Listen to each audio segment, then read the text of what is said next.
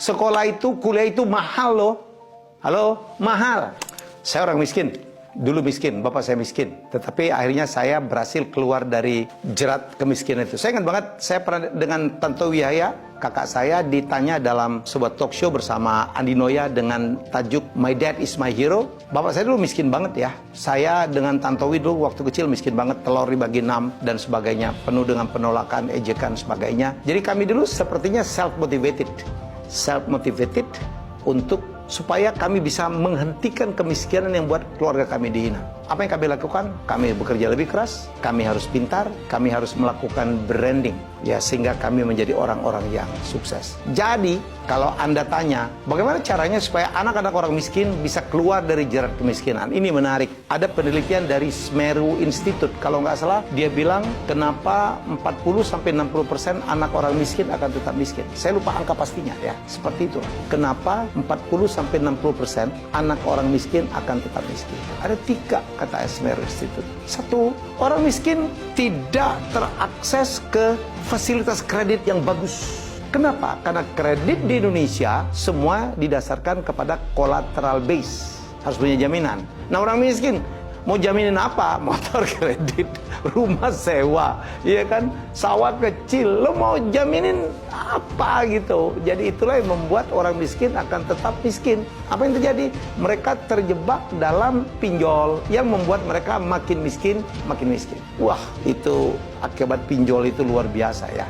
Jadi itu alasan pertama. Jadi kalau kita memperbaiki, mesti pemerintah atau perusahaan-perusahaan dengan corporate social responsibility-nya membantu agar orang-orang miskin bisa dapat fasilitas kredit yang tidak lagi berdasarkan jaminan. Ya, mungkin dari prospektus, dari ngelihat orang ini baik apa enggak, dari usahanya udah jalan atau tidak, walaupun dia tidak punya jaminan. Nomor 2, akses ke pendidikan baik. Anak orang miskin, karena miskinnya tidak bisa masuk dalam sekolah-sekolah terbaik. Nah ini, ya.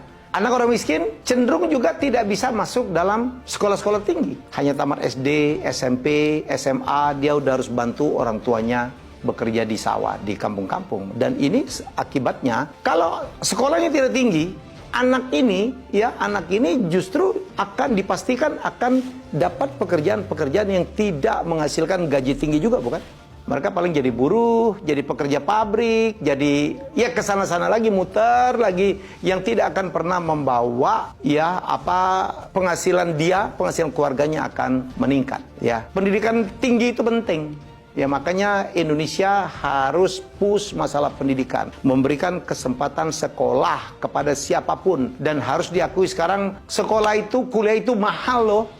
Halo, mahal. Zaman saya dulu perguruan tinggi nggak semahal sekarang. Dan untuk anak-anak orang miskin yang tidak mampu, saya sarankan betul, kalau duit kita terbatas harus, atau kalau kita berasal dari keluarga kita miskin, bapak kita apa gitu seperti bapak saya dulu, kita belajar lebih keras dong. Usahakan menjadi lulusan terbaik, ranking 1 atau top 5, supaya apa? Supaya kita bisa dapat beasiswa. Saya SMP, SMA, kuliah, S2 beasiswa loh. Kenapa? Karena nilai saya bagus terus. Jadi jangan udah bapak kita tidak mampu, kita males-malesan, sekolahnya nggak naik, lo mau jadi apa? Ya niatkan, hanya dengan perguruan tinggi, hanya dengan sekolah tinggi, saya bisa merubah nasib. Itu yang saya lakukan dengan Pak Tantowi dulu. Ya, wah kita keren. Dan saya, alhamdulillah, saya menjadi terbaik di sekolah manapun saya berada. Nomor 3, apa penyebab orang miskin tetap miskin? Menurut Semeru Institute adalah karena ketergantungan.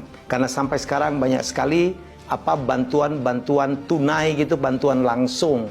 Yang ini tuh dikasih beras, dikasih uang bulanan, dikasih bantuan ini, bantuan itu. Apa yang terjadi? Ini meninabobokan orang-orang tidak mampu. Mari kita pikirkan. Pemerintah sebenarnya sudah pikirkan dengan prakerja dan sebagainya. Kita tidak saja membeli ikan, tetapi memberi kail. Ya, bantuan-bantuan langsung ini itu membuat banyak orang yang tidak mampu, itu membuat dia menjadi males, menjadi nanti juga pasti dibantu. Mari kita lawan ya. Saya dulu lawan tuh, saya lawan ya. Saya nggak mau cuma segini aja. Saya nggak mau menjadi tangan di bawah terus. Saya mau tangan di atas. Jadi saya pikir itu ya. Jadi sekali lagi untuk teman-teman dari keluarga yang tidak mampu, ayo kita lawan yuk. Kita harus sekolah setinggi mungkin. Kalau duit nggak ada, cari sekolah gratis, cari beasiswa. Nomor 2, jadilah pengusaha. Mau nggak mau ya, kalau mau kaya jangan jadi pegawai saja, tapi jadilah pengusaha, jadilah entrepreneur, jadilah wirausaha. Kan butuh modal, tidak harus. Ya saya dulu juga bikin perusahaan juga tidak pakai modal. Ya modal saya adalah trust. Ya begitu ada sahabat saya namanya Lim Xiaobok melihat, wah saya jago banget bikin kuis, saya dikasih saham tuh gratis 30%. Jadi siapa bilang kalau kita berusaha perlu modal? Enggak. Ya, bahwa kepercayaan orang, skill kita juga adalah sebuah modal. Jangan pelihara mentality tangan di bawah terus. Ya, mari kita fight. Ya, untuk suatu saat kita tolak itu bantuan-bantuan, berikan ke yang lebih membutuhkan dengan menjadi orang sukses yang bisa membantu. Semoga ini menginspirasi dan semoga membuat Anda nerima. Jangan tersinggung ya, karena saya mengalami ini, saya menjalani ini. Orang yang suka tersinggung, suka mengeluh biasanya ya begitu-begitu aja. Ya.